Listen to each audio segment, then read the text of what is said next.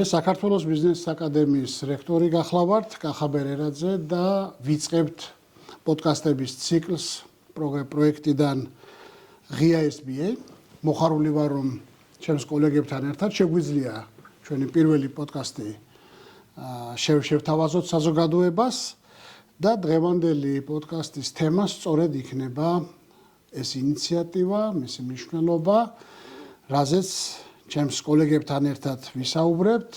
ჩვენთან ერთად დღეს არის აკადემიის ხარისხის მართვის სამსახურის ხელმძღვანელი მათელა ჩაჩუა, აკადემიის დირექტორი ბატონი ია ერაძე და საზოგადოებასთან ურთიერთობისა და სტუდენტური სერვისების მენეჯერი ბატონი ირაკლი ლოლაძე. კიდევ ერთხელ მოგესალმებით კოლეგებო და დავიწყოთ. აკადემია უკვე თითქმის 6 თვეა, რაც გადავიდა სრულიად ახლებურ მოდელზე და ეს არის პროექტული მოდელი. ზოგადად ეს ხარისხის უზრუნველყოფის ციკლიდან გამომდინარეობს და აკადემიის იდენტიფიცირებული საჭიროებები ითარგმნება სხვადასხვა ტიპის პროექტებში.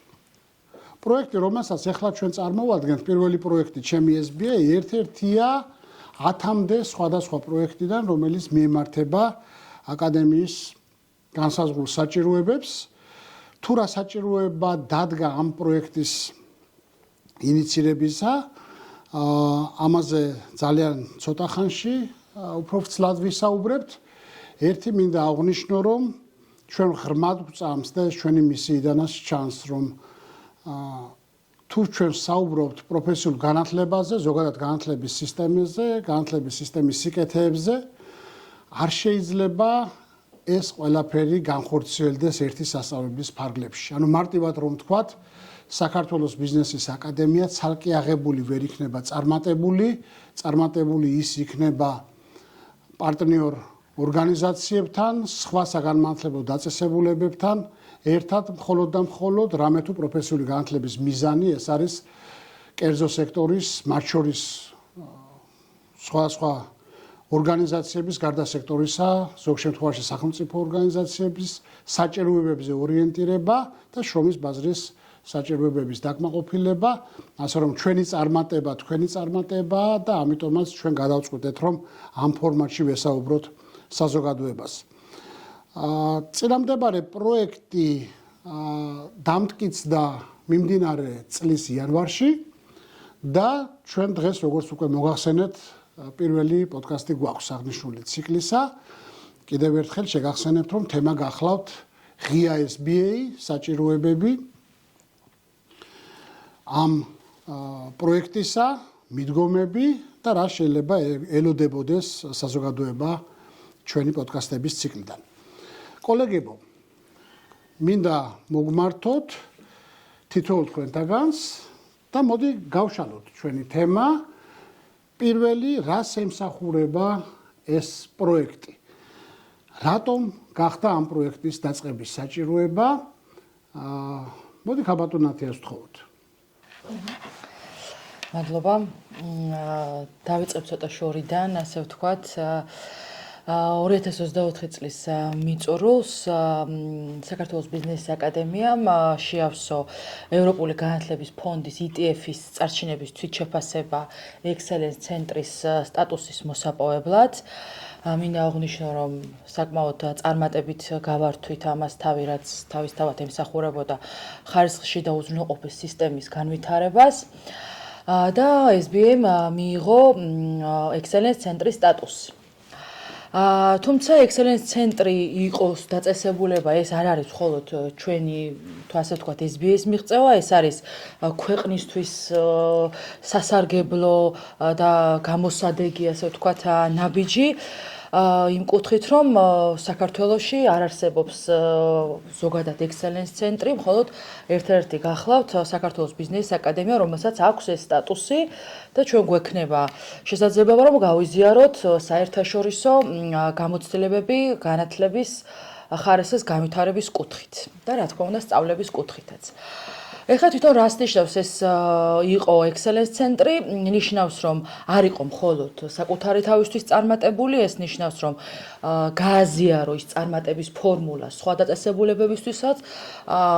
ზოგადად ექსელენს ცენტრის სტატუსი მიანიშნებს იმაზე, რომ ეს არის აღიარებული დაწესებულება ზოგადად იმ სივრცეში და ქვეყანაში. შესაბამისად, ეს პროექტი სწორედ ვფიქრობ, რომ ერთ-ერთი ასე ვთქვათ, ამ ექსელენს ცენტრის მიღწევის და სტატუსის შენარჩუნების გზა იქნება, რომ ჩვენი წარმატების ფორმულას ამა თუ იმ სფეროში გავაზიარებთ და ხელმისაწვდომი იქნება სხვა დაინტერესებული პირებისთვის, ასე ვთქვათ, ჩვენი მიდგომები, რაც საბოლოო ჯამში ხვდის ასეთ წარმატებულს.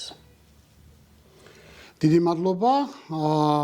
ანუ კიდევ ერთხელ ხაზი გავუსვათ, ექსელენს ცენტრის სტატუსი უბრალოდ გვავალდებულებს ჩვენ, რომ ჩვენი წარმატება არ დავტოვოთ აკადემიის კედლებში, არამედ ფართოდ გავაზიაროთ ის დაინტერესებული მხარეებისათვის, რათა სხვებმაც თუ მათთვის ეს რელევანტური და მისაღებია, უკვე გაყვანილ გზაზე იარონ და მე მახსოვს, რომ ბევრ ინიციატივაში სიახლეში აკადემია პირველი იყო სისტემაში.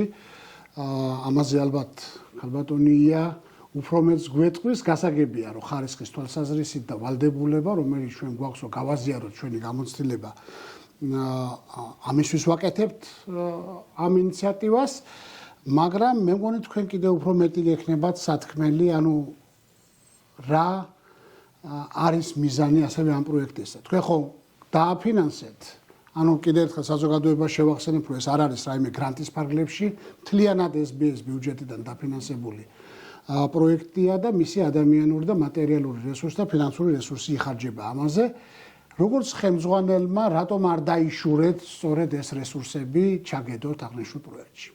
მინდა ხაზი გაუსვა იმ ფაქტს, რომ იყო დრო SBS ცხოვრებაში, როცა ჩვენ კარები გქონდა ღია გამოწვევების მიმართ და სწორედ ამიტომ ბევრი რამ პირველად დარგში გაკეთდა აი ამ მიმართულებით, სწორედ ამიტომ გამოირჩევა და 2023 წლის შემაჯამებელი დოკუმენტი, როცა ჩვენ გავაკეთეთ რა გააკეთა SBA-მ, ყველგან გვეწერა, რომ პირველად ეს და ძალიან საამაყო იყო ეს უბრალოდ შემოგვეწერა ასე და კიდევ ერთხელ ხაზს გავუსვამ, რომ ყოველთვის ღია იყო გამოწვევების მიმართ და დღეს უკვე დადგა დრო, როცა ჩვენ კარი გავაღეთ, რომ ეს ჩვენი წარმატების ფორმულა გაუზიაროთ სხვა დაწესებულებებს.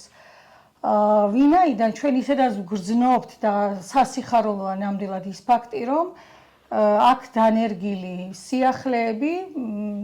სიახლეებს კარგად ხედავს დაწესებულებები და ხშირად გვინახავს, რომ ჩვენს მიერ ორგანიზებული ღონისძიებები ძალიან მალევე სხვა დაწესებულებების ინსპირაციის წყარო გამხდარა, რაც ძალიან გვახარებს და გადავწყვიტეთ, რომ დღეს კიდევ უფრო მეტად ღიები ვიყოთ და ბევრ ადამიანს, ბევრ ორგანიზაციას მივაწოდოთ ინფორმაცია ამის შესახებ, რაც საბოლოო ჯამში, როგორც ხელმძღვანელით, რატომ მოხდა რესურსების ჩადება ამ მიმართულებით, იმიტომ რომ ეს ზოგადად როგორც ორგანიზაციას მოუტანს წარმატებას, ასევე მოუტანს ქვეყანას, ვინაიდან უფრო ბევრი მხარე იქნება ჩართული ამ პროცესებში. დიდი მადლობა საინტერესო კომენტარისთვის, მაგრამ კიდევ უფრო საინტერესოა ზოგადად არსებული მიდგომის გათვალისწინებით. ნახეთ, უმეტეს შემთხვევაში საქართველოში რატომღაც წარმატების ფორმულა მიიჩნევა როგორც know-how და იმალება. და მე ცდილობენ გაარკვიონ რა როგორ, ანუ რატომ გინდათ თქვენ რომ ეს წარმატების გასაღები იმ მიმართულებებში, მე ხარ არ ვამბობ რომ SBA დალხენილია და ყველაფერში შეგვიძლია წარმატებული გამოცდილება გავაზიაროთ. რაშიც შეგვიძლია იმ ნაწილში გავაზიარებთ. რატომ ვერ ხედავთ საფრთხეს რომ სხვები წაიღებენ ამ ინიციატივებს, დანერგავენ, რითაც თქვენ და SBA დაკარგავს კონკურენტულ უპირატესობას ბაზარზე. წლების განმავლობაში, როცა მინახავს, რომ კონკურენტი დაწესებულებების სოციალურ ქსელში იდენტური ღონისძიებები გავრცელებულა.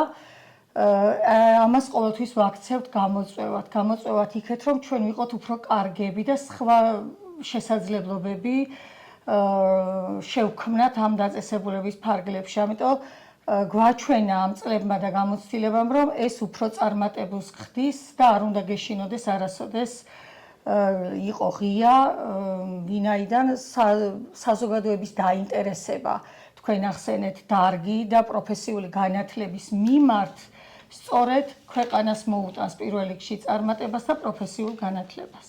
ანუ მარტივად რომ ვთქვათ, ინიციატივების გაშუქება, გაზიარება და მისი გადატანა, ტირაჟირება სხვა დაწესებულებების მიერ უბრალოდ ახალი ინიციატივების დაბადების მოტივატორია, რაც თავისთავად შემდგომ განვითარებას ემსახურება. მადლობა აბსოლუტურად სწორი ხედვისთვის და აქცენტებისთვის. მე ძალიან მიხარია, რომ ეხლა ჩვენთან ერთად დღეს არის ბატონი ირაკლი, რომელიც ხელმძღვანელობს სწორედ საზოგადოებასთან ურთიერთობებს და სტუდენტური ინიციატივების საკითხებს, სერვისებს და ამ პროექტის ინიციატორი, ისევე როგორც ბევრი სხვა საინტერესო სიახლისა აკადემიაში არის ბატონი ირაკლი. ირაკლი, საიდან წამოვიდა ეს იდეა, გინახავთ თუ არა სადმე, რომ მსგავსი სახით მოხდა საუკეთესო პრაქტიკების გაზიარება? ნუ ერთი ის, რომ ეს პირიქით ვხედავ ხოლმე. ერთი ის, რომ ეს ყველაფერი ემსახურება იმ მიზნებს, რაზეც ისაუბრეს ქალბატონმა აიამ, ქალბატონმა ნათიამ, მაგრამ თვითონ ფორმატია საინტერესო. ანუ რას უნდა ველოდეთ ამ პოდკასტების ციკლისგან და რას უნდა ველოდეთ საზოგადოება ზოგადად? პოდკასტების ციკლი ღია SPA უზრუნველყოფს ვიდეო ჩანაწერების გზით საზოგადოებას მიაწოდოს ინსპირაციული, საგანმანათლებლო, საინფორმაციო ხასიათის ვიდეო კონტენტი. ეს ვიდეო კონტენტი შეიქმნება გარკვეული პერიოდულობით, მიზნად გვაქვს, რომ საკმაოდ აქტიურად დავიწყოთ ამ ვიდეო, გვაკეთოთ ეს ვიდეო კონტენტი, რასაც მე უკვე გავავრცელებთ ჩვენ სოციალურ ქსელებში, რომელსაც საკმაოდ დიდი მიმდევრები ყავს და ამ ყველაფერს გავხდით უფრო მეტად ხილვაც, რაც აქ ითქვა და ამასთან ერთად სხვა მიზნებიც აქვს თავის თავში ამ პროექტს, ვინაიდან პროექტი მიზნად ისახავს, რომ მოვიწვიოთ დარგის სპეციალისტები, გააზიარონ ბაზარზე არსებული გამოწვევები, შესაძლებლობები, მოვიწვიოთ სხვადასხვა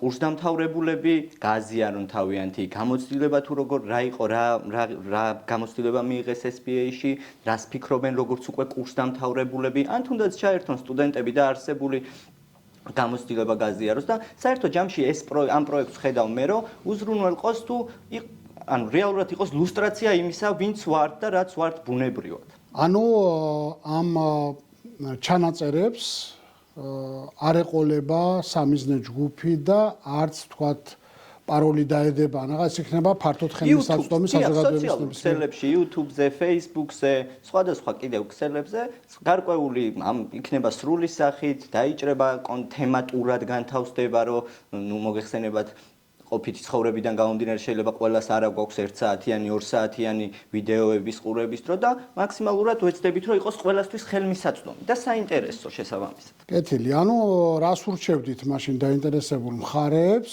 როგორ შეიძლება მათთვის ხელმისაწვდომი გახდეს ადვილად ეს? თვალი ადევნონ ჩვენს Facebook გვერდს, თვალი ადევნონ ჩვენ YouTube channel-ს, რომ არ გამორჩეთ სიახლეები, ამის ფარგლებში გაეცნობიან, გარდა იმისა, რომ ეს თავის თავში არის პროფესიული განათლების პოპულარიზაცია, ეს არ არის მხოლოდ საქართველოს ბიზნესის აკადემიის პოპულარიზაცია, ეს არის ზოგადად საქართველოში პროფესიული განათლების პოპულარიზაცია, იმიტომ რომ ჩვენ წეგან როგორც ითქვა, რომ ანუ ამ მიმართულებით მე ესე ვხედავ პროფესიული განათლების ფარგლებში ბოლო 10 წლის განმავლობაში მნიშვნელოვანი ნაბიჯები გადაიდგა, რამაც დღეს შედეგიც ხატყობს 30000 ჩარიცხული რეგისტრირებული პირი იყო შარშან და წელს შეიძლება უფრო მეტი იყოს და ეს ფაქტი ეს აკადემიაში არა აკადემიაში არა ზოგადად საქართველოში სისტემაში 30000 რეგისტრირებული პირი იყო როგორც მახსოვს შარშანდელი სტატისტიკა ესეთ იყო წლევანდელი არ შემხედრია არ სადა შესაძლოა როგორც ვიცი ტენდენცია კიდევ უფრო მზარდია აქედან გამომდინარე პროფესიული განათლება ხდება უფრო და უფრო პოპულარული და არის მოთხოვნადი მაგრამ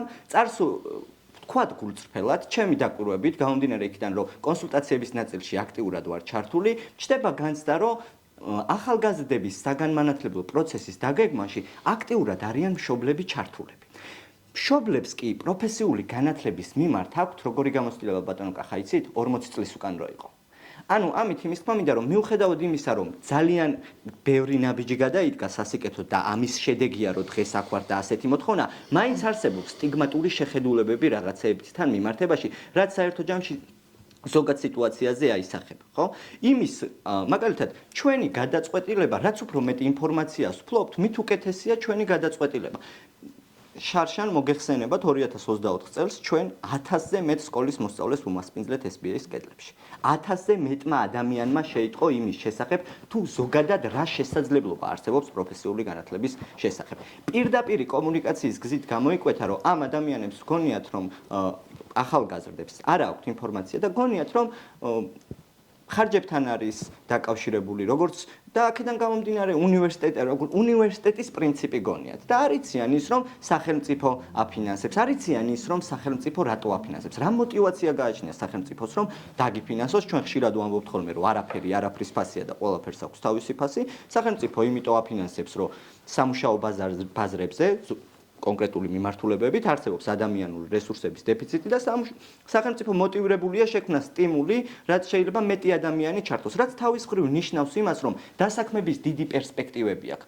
არ ჭირდება ჩემი აზრით ამ ქვეყანას 300,000 იურისტი და 500,000 ეკონომისტი, არის ისეთი კონკრეტული უნარებზე მოთხოვნა, რაც ხელს უწყობს უფრო ადრეულ ასაკში რეალისტნები და იყვნენ შემდგარი ადამიანები. რაც თავარი კიდე SBA აძლევს უნარებს წარმატებისთვის და არიან კონკურენტუნარი ადამიანები. მე რაც ძალიან მომეწონა, პრინციპში ახლა მე მარტო შეკითხების დასასმენად არა ვარ, შემიძლია ჩემ პოზიციას დავაფიქსირო, ძალიან მომწონს და იდეაში ესეც იყო კონცეპტუალურად, როცა ჩვენ სისტემურ დონეზე ვსაუბრობდით პროფესიული ორიენტაციის საკითხებზე, რომ თქვენ თქვით, რომ იმ 1000-ზე მეტმა ბენეფიციარმა, ვინც აკადემიის პროფესიული ორიენტაციის სერვისებით ისარგებლა, მიიღო ინფორმაცია არა მხოლოდ აკადემიის სერვისებზე, არამედ პროფესიული განათლების სიკეთეებზე.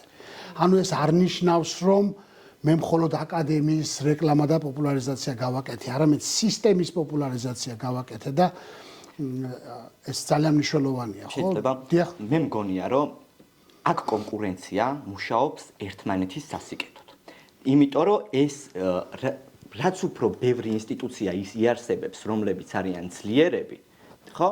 მით უფრო გაიზრდება და პოზიტიური იქნება პროფესიული განათლების მიმართ პოზიტიური შთაბეჭდილება. ამდენად პროფესიული განათლებისთვის ვისაც კარგი უნდა, ყველას ინტერესში უნდა იყოს, რომ არა მხოლოდ თვითონ გაძლიერდეს, არამედ მისი კონკურენტებიც გაძლიერდნენ, რომ ზოგადად სისტემაზე არსებობდეს უფრო მეტად კიდევ პოზიტიური წარმოდგენა. კი, მეც ვფიქრობ, რომ ახლა ორი მთავარი სარგებელი შეიძლება იყოს ამ თუნდაც თქვენი ინიციატივისგან, რომელშიც ჩვენ ყოველგვარ ვიქნებით ჩართულები და მხარ შევუწყობთ და ერთი ეს არის ცნობიერების დონის ამაღლება ზოგადად პროფესიული განათლების შესაძლებლობებზე და იმ საკითხებზე, რომ პროფესიულ განათლებაში დღეს არსებობს ძალიან ძლიერი შესაძლებლობები მთელი სიცოცხლის მანძილზე სწავლისა და ამის რეალიზებას ემსახურება დღევანდელი სახით პროფესიული განათლება და მეორე გამჭვირვალეობა თვითონ აკადემიისა, რადგანაც გამჭვირვალეობა წარმოშობს ნდობას და ნდობა ეს არის ძალიან მნიშვნელოვანი ჩვენი დაინტერესებული მხარეებისგან, ესაა სტუდენტი, ესაა მშობელი, ესაა დამსაქმებელი, რომელიც ელოდება ჩვენგან კადრებს. და რა თქმა უნდა ჩვენი პერსონალი, რომელიც ჩაერთვება ამ ყველაფერში. მოდი ასე ვთქვათ, აი პერსონალზე ჩამოვარდა სიტყვა და დღეს ჩვენ პირველ პოდკასტში ვსხედვართ აკადემიის წიაღიდან წამოსული ადამიანები და ერთმანეთს უსვამთ შეკითხვებს. მოლოდინი რა გვექნება, ანუ მომდევნო გადაცემებშიც აკადემიის შიდა რესურსით ვაპირებთ, რადგან თქვენ ხელმძღვანელობთ ახლა ამ პროცესს. რა არის თქვენი მოლოდინი, თუ შეიძლება ვიხილოთ, თქვათ, გარე ექსპერტული პოზიციებიც და შეიძლება უფრო განსხვავებული აზრებით და ცხარე დისკუსიებიც ამ პოდკასტებში. მე მგონია გულწრფელად, რომ ამ აკადემიის ერთ-ერთი ძლიერი მხარე არა რაღაც არსობრივი ინფრასტრუქტურა, არამედ ის შინაარსობრივი მხარეა, რომელსაც ის პედაგოგები ქვია, მასწავლებლები ქვია, ექსპერტები ქვია, რომლებსაც ამ აკადემიასთან შეხება აქვს. ამით იმის თქმა გვინდა, რომ ჩვენ გაგვაჩნია რესურსი, ის ინტელექტუალური რესურსი ჩვენს ირგვლივ, რომლების სიამოვნებით გააზიარებენ თავიანთ თასს, ეს ადამიანები იქნებიან როგორც ადმინისტრაციული ადმინისტრაციის წარმომადგენლები, ასევე ჩვენი პარტნიორი ორგანიზაციიდან წარმომადგენლები და ასევე გარე პირები, აკადემიის გარე პირები. დიდი მადლობა. და მას შემდეგ რაც ეს შრომა გაიწევა, მოდით ქაბატონოია ისევ თქვენთან გადმოვალ, რა არის თქვენი მოლოდინი? ანუ რას მისცემს ეს ინიციატივა და ეს პროექტი თუ ის წარმატებით განხორციელდება აკადემიას თვითონ როგორც ორგანიზაციას და იმ საზოგადოებას, რომელსაც აკადემია ემსახურება. იმდენად ფართო ცნება და სლოგანი აქვს ამ გადაცემას, როცა ინიციატივა წარმოადგინა ბატონმა ირაკლიმ, გაჩნდა იდეები, როგორც ყოველთვის რა იქნებოდა საინტერესო საზოგადოებისთვის, დაინტერესებული მხარეებისთვის და იმდენად ბევრია, როგორც ვიცი, პროექტის ფარგლებში 12 გადაცემა არის დაგეგმილი, თუმცა ვფიქრობ, რომ ეს 12 იქნება ყველაზე მცირე და ნაკლები, ვინაიდან მოლოდინები გვაქვს დაინტერესებული მხარეების იმდენად დიდი ჩართულობის, მათ შორის ექსპერტების და მათ შორის იმ წარმატებული პარტნიორების, რომლებიც არაერთი ყავს დაწესებულებას და ამ დაწესებულების სიძლიერე სწორედ წარმატებული ბიზნეს პარტნიორებთან თანამშრომლობა არის, რომ ნამდვილად არ გვეყოფა 12 გადაცემა, დარწმუნებული ვარ და აქ ასე ღიად მოусმენთ ასევე საჭიროებებს, გამოწვევებს და ყველაზე მთავარი მიზანი მიმაჩნია, რომ პროფესიული განათლების სიკეთეებზე უფრო მეტი საზოგადოება მიიღებს ინფორმაციას და ეს არის ყველაზე მნიშვნელოვანი. და მე იმავე შეკითხვით გადავიდოდი ნათიასთან. ნათია, თქვენ რას ფიქრობთ, რას მისცემს ეს პროექტი ბიზნესის აკადემიის ხარისხს და ზოგადად პროფესიული განათლების ხარისხს? თქვენი მოლოდინი რა არის? კიდევ ერთხელ აღნიშნავ, რომ ETF-ის წარჩინებისთვის შეფასების, ასე ვთქვათ, ETF-ის აღიარება და Excellence ცენტრის სტატუსი აძლევს როგორც დაწესებულებას, ასევე ქვეყანას შესაძლებლობას, რომ 29 სხვადასხვა ქვეყნის ექსპერტების გამოცდილების გაზიარების შესაძლებლობა გვაქვს ჩვენ. Რა თქმა უნდა, თემიდან გამომდინარე გვექნება შესაძლებლობა, რომ ვთქვათ, ამ პოდკასტის ჭრილშიც მოვიწვიოთ და გავაზიაროთ გამოცდილება ამა თუ იმ საინტერესო თემაზე და ადგილობრივ დონეზეც შეგვიძლია, რომ სხვადასხვა საინტერესო თემაზე მოვიწვიოთ ადგილობრივი ექსპერტები და მივცეთ საზოგადოებას შესაძლებლობა დაინტერესებულ პირებს, რა თქმა უნდა, ამ კუთხით ხარისხის უზრუნველყოფის სწავლების და განვითარების კუთხით გავაზიაროთ ამა თუ იმ ქვეყნის გამოცდილება. იმიტომ რომ ევროპის განათლების ფონდი აერთიანებს 29 ქვეყანას და ეს დაახლოებით არის 290 და შეიძლება მეტიც Excellence ცენტრის არსებობა. რაც არის საუკეთესო შესაძლებლობა პირველ რიგში აკადემიისთვის და შემდეგ საზოგადოებისთვისაც თუ ჩვენ გაუზიარებთ ამ საერთაშორისო გამოცდილებას საზოგადოებას. მე ძალიან მომწონს თვითონ პროექტის სახელწოდება და ესა ღია SBA, რაც ნიშნავს, რომ SBA ღიაა საკუთარი შიდა სამზარეულოს ფართო საზოგადოებისთვის წარსადგენად. რა თქმა უნდა, ხა 12 პოდკასტის და რაღაც ლიმიტირებულ დროში ძალიან რთულია ეს გააკეთო, თუმცა მას შემდეგ რაც ამ ინიციატივაზე დაიწყო საუბარი, ასევე დაიწყო ფიქრი, რა იქნებოდა საინტერესო თემატიკა, რომელსაც შევთავაზებდით საზოგადოებას და დღეს პირველი ჩვენი თემა იყო სწორედ ამ პროექტის და ამ სიახლის პრეზენტაცია, რას ვაპირებთ. მე მგონია, რომ მომავალში ჩვენ მაინც აქცენტებს გავაკეთებთ იმ საკითხებზე, სადაც ევროპული სტანდარტებით საქართველოს ბიზნესის აკადემია მიიჩნევა, რომ საუკეთესო ევროპულ პრაქტიკას შეესაბამება მისი პრაქტიკა. საიდან დავინახეთ ეს? ეს დავინახეთ ჩვენ სწორედ იმ Excellence ცენტრების თვითშეფასებით, რომელიც შარშან დავიწყეთ და მიმდინარე წელს დავასრულეთ და რომლის საფუძველზეც Excellence ცენტრების პლატფორმამ გადაწყვიტა, რომ ჩვენ ვიყავით ღირსეული ინსტიტუცია, რომ მათ რიგებში დაგვეკავებინა ადგილი, სულ 10 სხვადასხვა მიმართულებაა, რომლის მიხედვითაც ფასდებიან დაწესებულებები და ამ 10 მიმართულებიდან თუ არ ვცდები 3-ში მინიმუმ სრული შესაბამისობა გვაქვს, რაც ნიშნავს, რომ ეს ცოტა არ არის. 10-დან 3-ში სრულად შეესაბამება ჩვენი პრაქტიკა და მიდგომები საუკეთესო ევროპულ პრაქტიკას და მიდგომებს. დანარჩენ ნაწილში ასევე თვითონ კითხვარი გკარნახობს რა არის ის კარგი პრაქტიკა, რომელსაც უნდა დაადგე და აქედან გამომდინარე დანარჩენ ნაწილში ჩვენ უკვე ზუსტად ვიცით რა იქნება ჩვენი მომავალი წლის და მიმდინარე წლის სამოქმედო გეგმის სამიზნე, ნიშნულები და საითაც სწავლთ ნელ-ნელა. ამიტომაც მე მგონია რომ სწორედ იმ 3 მთავარი მიმართულებით და ერთ-ერთი ეს არის კერძო სექტორთან თანამშრომლობის პრაქტიკა და გამოცდილება ძალიან საამაყოა და მგონია რომ ერთ-ერთი უახლოესი პოდკასტი შემდეგი თუ არა ალბათ დაეთმობა კერძო სექტორთან ჩვენი თანამშრომლობის საუკეთესო პრაქტიკების გაზიარებას, მაგრამ რადგანაც ეს არის ღია SBA და ღია SBA ნიშნავს რომ მე კარი გავაღე და საშუალებას ვაძლევ დაინტერესებულ მხარეებს შემოიხედონ შიგნით, იქნებ დაინტერესებულმა მხარეებმა თვითონ გვითხრან რა იქნებოდა მათთვის საინტერესო შემდეგი პოდკასტების თემა. რისი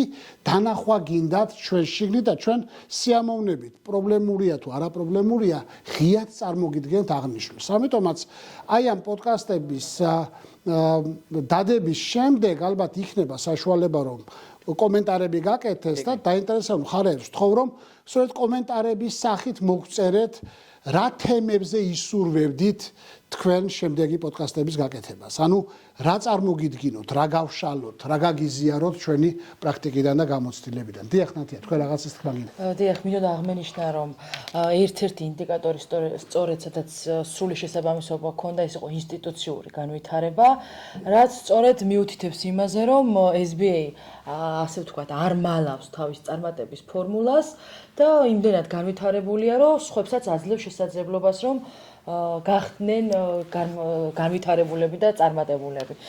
ამიტომ ვფიქრობ, რომ ეს პროექტი ამასაც ეხმიანება რაღაც მხრივ, რომ ჩვენ ინსტიტუციური განვითარების უკვე მაღალ დონეზე ვართ. ნუ ამ ყველაფრის მომხიბლელობა იმაშია, რომ ჩვენ ვიძლევით შესაძლებლობას. ეხლა ვისაც უნდა გაიზიარებს და ვისაც არ უნდა არ გაიზიარებს და გაზიარებაც ასევე არ ნიშნავს, რომ ინიციატივას ხელი ჩავავლო და წავიღო, ხო?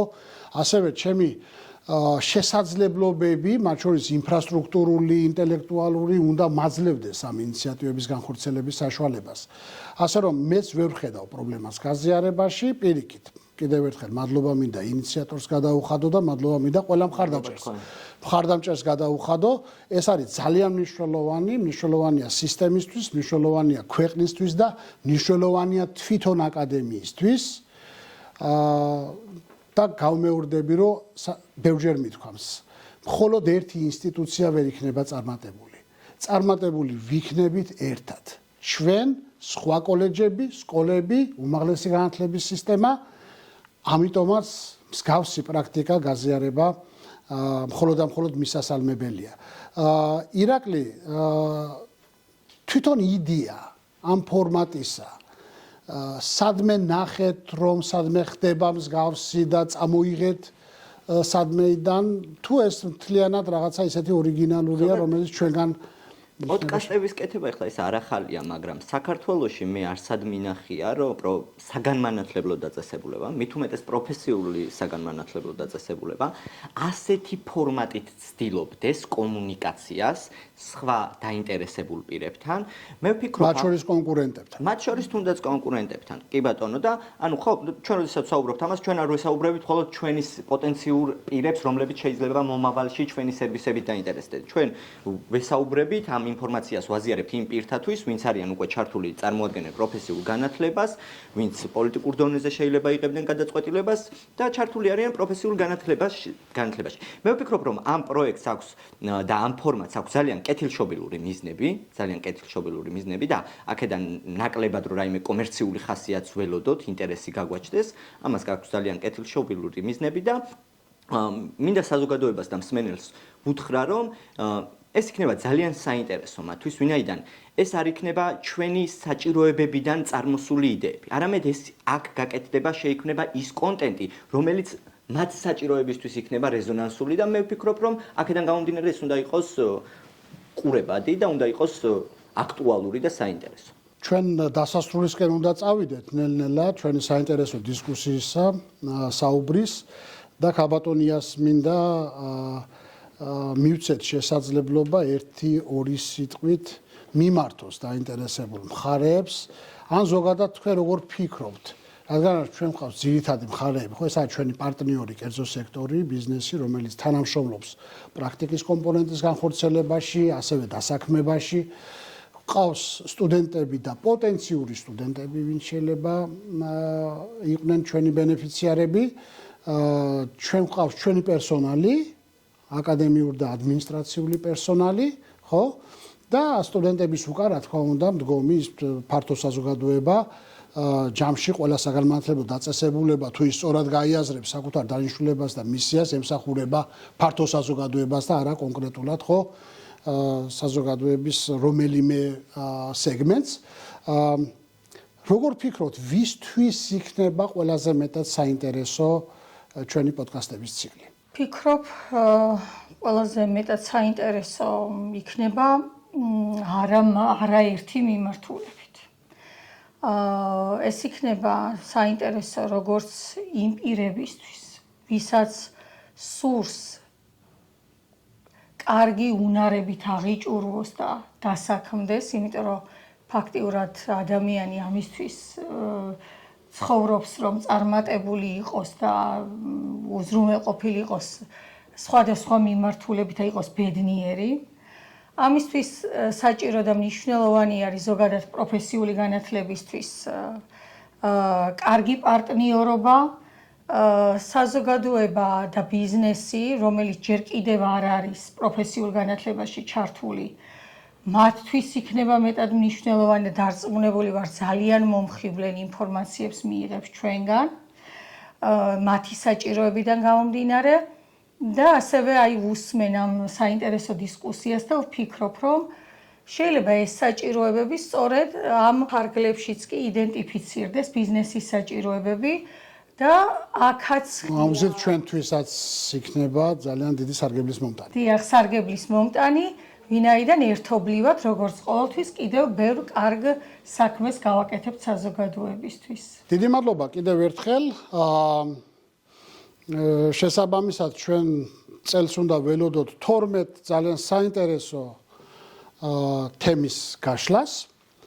მოუწოდებ დაინტერესებულ საზოგადოებას, რომ მოიწონეთ ჩვენი სოციალური გვერდები, გახდით ჩვენი სოციალური მედიის, სოციალური არხების მომხმარებელი და თქვენ მიიღებთ ძალიან ბევრ ინიციატივას, შესაძლებლობას, იდეას, რომელიც გახდება თქვენი ინსპირაციის წყარო. ჩვენ გიზიარებთ საუკეთესო პრაქტიკას, გიზიარებთ საუკეთესო გამოცდილებას, შევხვდებით თვეში ერთხელ ამ ფორმატში, მომავალ შეხვედრამდე.